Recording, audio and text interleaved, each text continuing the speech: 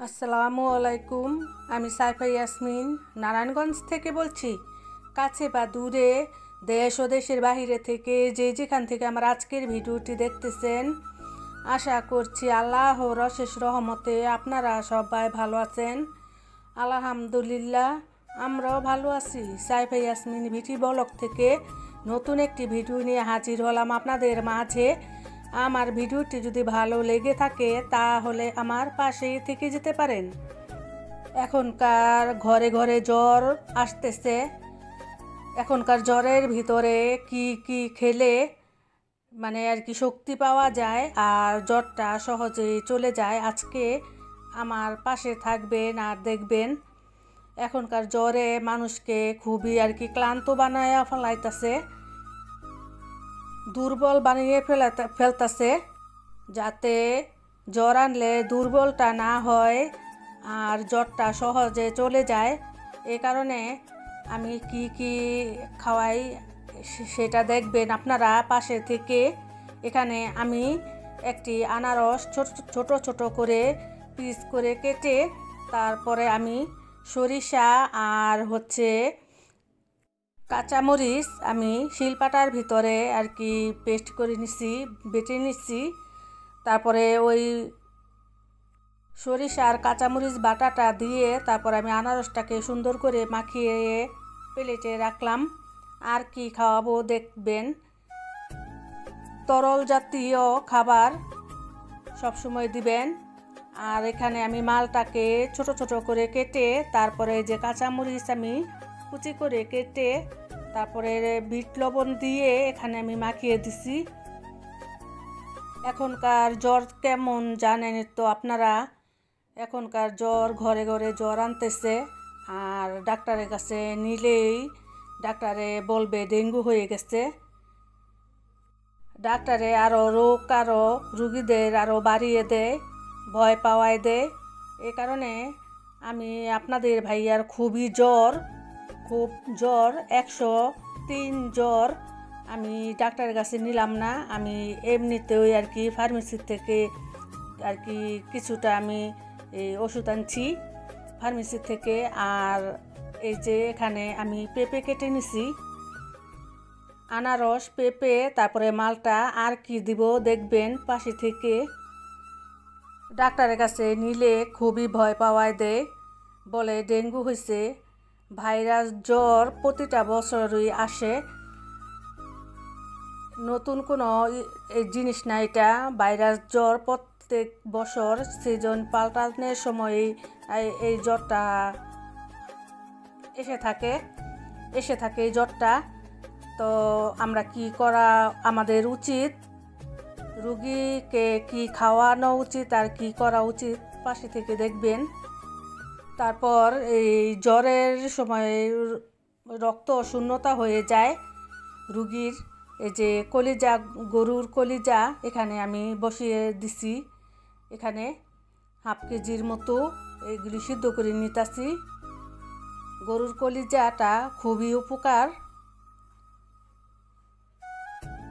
সিদ্ধ করে রেখে দিব। আর রুগীকে ঘন ঘন আর কি লেবুর পানিটা খাওয়াতে হবে, আর রং চাটা, আদা দিয়ে রং চাটা খাওয়াতে হবে। তারপর হরলিক্স খাওয়াতে হবে। তারপর এখানে আমি মশলাটা একটু কষিয়ে তারপর আমি শিং মাছের ঝোল রান্না করে দিব, লাউ শাক দিয়ে, লাউয়ের ডগা দিয়ে, লাউয়ের আগার কচি ডগাটা যেটা, ও পাতাটা কচি ওটা দেখে তারপরে আমি এই শিং মাছের ঝোলটা রান্না করে দিব। তাহলে রুগী আর কি যেই মানুষটার জ্বর আনে ওই মানুষটা এইসব খাবারগুলি খেলে জ্বরটা আর কি কাবু করতে পারবে না। এখানে হালকা একটুখানি হলুদ গুঁড়া, একটুখানি মরিচ গুঁড়া, তারপরে আদা রসুন পেস্ট দিছি, দিয়ে তারপরে আমি মাছটাকে ভালো করে কষিয়ে নামিয়ে রাখলাম। তারপরে ওই মশলাটার ভিতরে আমি লাউ শাকটাকে দিয়ে দিব।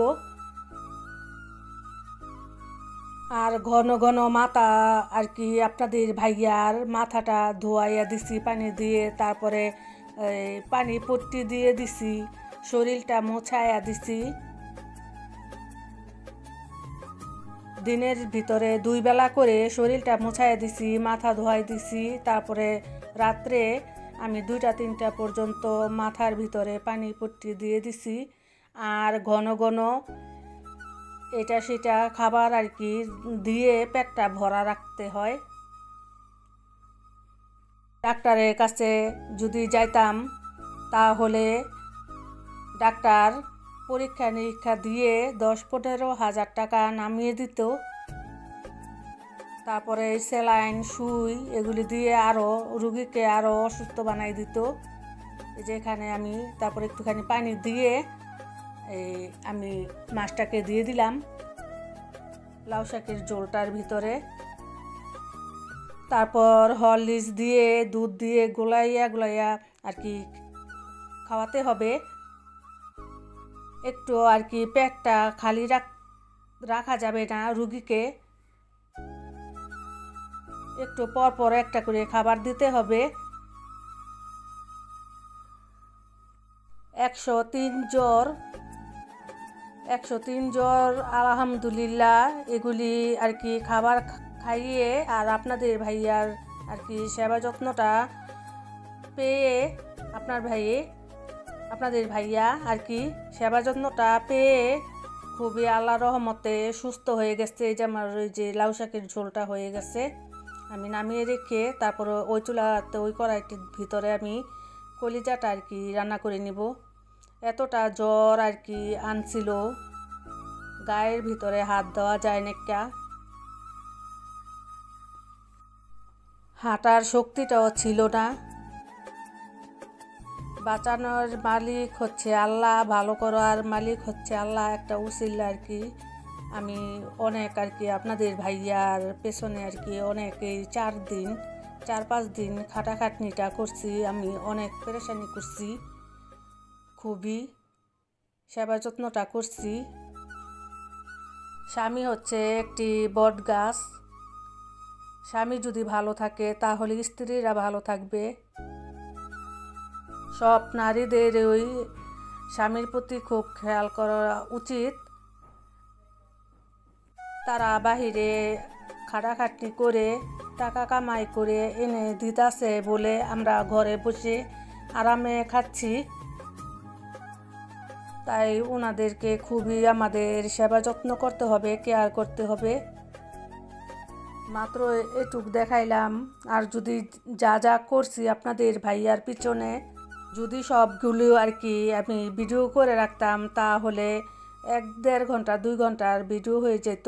আমি মাঝখান দিয়ে একটু আর কি আমি করে নিছি, আরও অনেক কিছু খাবার খাওয়াইছি যাতে শরীরের ভিতরে শক্তি পায়, পুষ্টি পায়, আর জ্বরটা তাড়াতাড়ি করে সেরে যায়। আলহামদুলিল্লাহ জ্বরটা খুবই আর কি তাড়াতাড়ি করে ভালো হয়ে গেছে, আল্লাহর কাছে শুকরিয়া জানাই। আগে ডাক্তারের কাছে না গিয়ে আপনারা সবাই আর কি রুগীদের পিছনে আর কি একটুখানি পরিশ্রম দিলেই রুগী ভালো হয়ে উঠবে। আলহামদুলিল্লাহ ইনশাল্লাহ সবাই দোয়া করবেন আপনাদের ভাইয়ার জন্য। আমি আর কিছুই চাই না, আমার স্বামীর সুস্থতা আল্লাহর কাছে চাই। এবার বিদায় নিয়ে নিচ্ছি, আল্লাহ হাফেজ, আসসালামু আলাইকুম।